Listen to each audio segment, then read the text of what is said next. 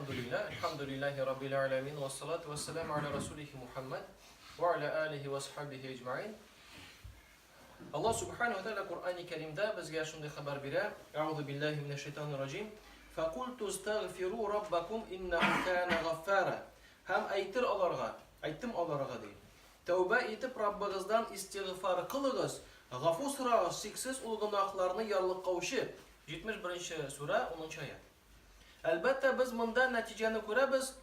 Hem o netice kıyamet gününden belli. Allah subhanahu wa ta'ala günahlarını gafur eder. Lakin an eseri bizning dünyada da var. Çünkü eğer de günahlar gafur edilse, bu baxtga, kişinin baxtına bu dünyada da kelajekte de ul bir adım. Ya iki adım ana Allah Teala o'zi bilishindi.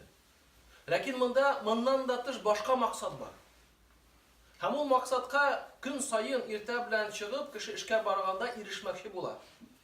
Albatta sabab qilib kelar, lakin mana bu sabab bilan istab jibarsak, Allah bersa rizqida uzoq kutib turmas. Chunki Alloh Taala davom etadi. Yursilis samaa alaykum midrara va sizga ko'kdan yomg'irni quyib yog'dirir. Va yumdidukum bi amwalin va banina va yaj'al lakum jannatin va yaj'al lakum anhara. Va sizga mol bilan yordam etar. Ham bolalar berib quvvatlar. Dahi jimish o'stira turgan bog'chalar ham yilg'alar berir. 71. sura 11 ham 12 oyatlar. İbn Abbas'tan kelgan bir hadisda shunday ma'lumot keladi.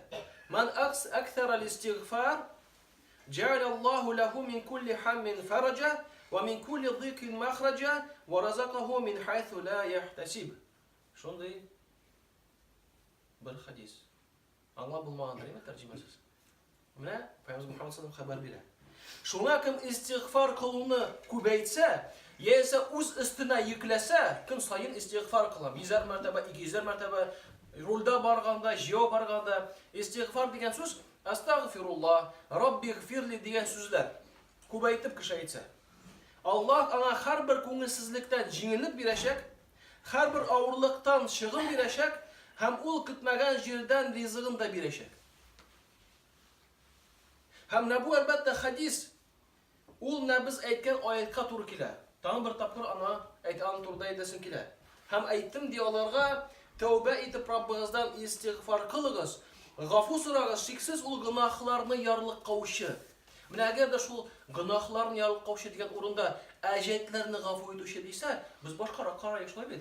Çünkü bir kişi 100 ming so'm aldı ajetga, ikinci milyon algan, üçüncü 3 milyon biznesga algan. Hamına bunda agar da Allah Taala aytsa, ul ajetlar da gafur etilir degan so'zlar. Tekrar şatlanıp jiriyik. Ama da bir günahlar bilan so'z bor. Günahlar bit ul o'zincha bir ajet tug'ilmasin endi. U tag'in da og'irroq. Mol degan ajetga qaraganda. Ham shularni de Alloh Taala gafur etam deydi. Yani bu bir zo'r daraja jamoat.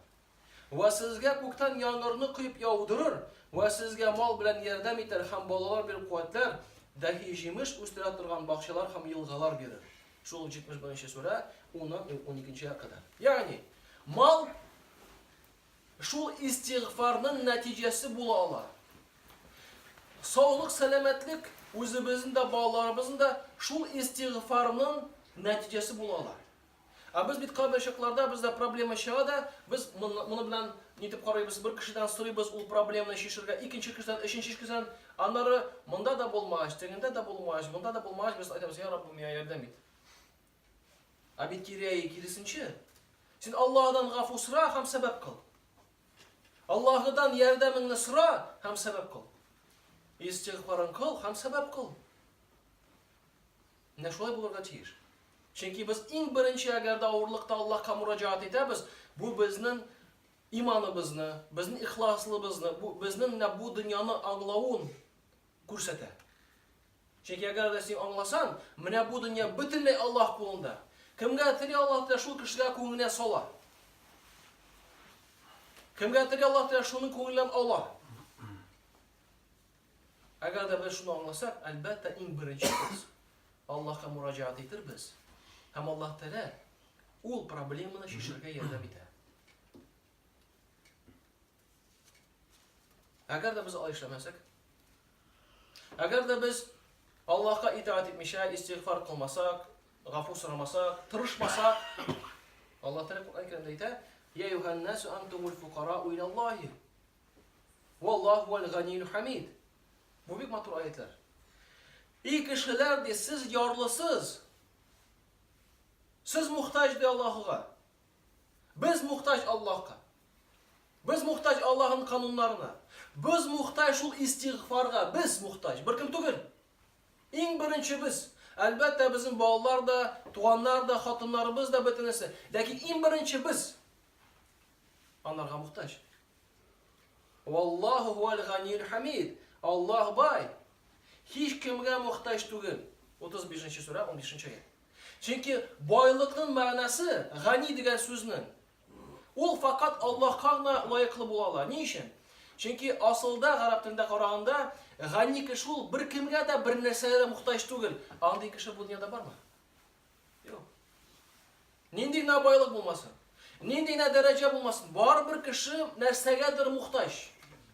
Ammo Allah bir narsaga bir kimge muhtaç tugul. Shunga ko'ra boyliq haqiqiy ravishda qarasak, ul Allah subhanahu wa ta'ala qo'lida. Va agar da biz Allah ishlamasak, itoatga burilmasak, Allah Teala davom etadi: "İn yasha yuzhibukum ve ya'ti bi khaliqin jadid." Agar de Allah Teala tilasa, sizni yer ustidan yo'q etar da sizning o'rningizga ikkinchi yangi xalq keltirar. 35 sura 16 oyat. Bu kengash, bu yordam. Agar da shu yordamni o'zimizning turmushimizga oshirtirsak, kiritsak, turmushimizni yengillaytiramiz. Albatta, namoz o'qiymiz, Allohga shukr. Allohga qo'shgancha tirishamiz niyatlarga. Boshqa biznesda, ishda tirishamiz, Alloh qo'shgancha ishlarga. Lekin shunda da shu istig'forni istasak, yengillaytiramiz, og'ritmaymiz turmushimizni. Alloh taolo har birimizga nasib qilsaydi, ko'proq istig'for qilib, rizqimizni bu dunyoda tugul, kelajakda da, oxiratda da orttirgan. Oxiratda albatta rizq ul ajr, rizq ul jannat, rizq ul albatta lazzat bo'lacak. Subhanaka Allohumma bihamdik, la ilaha illa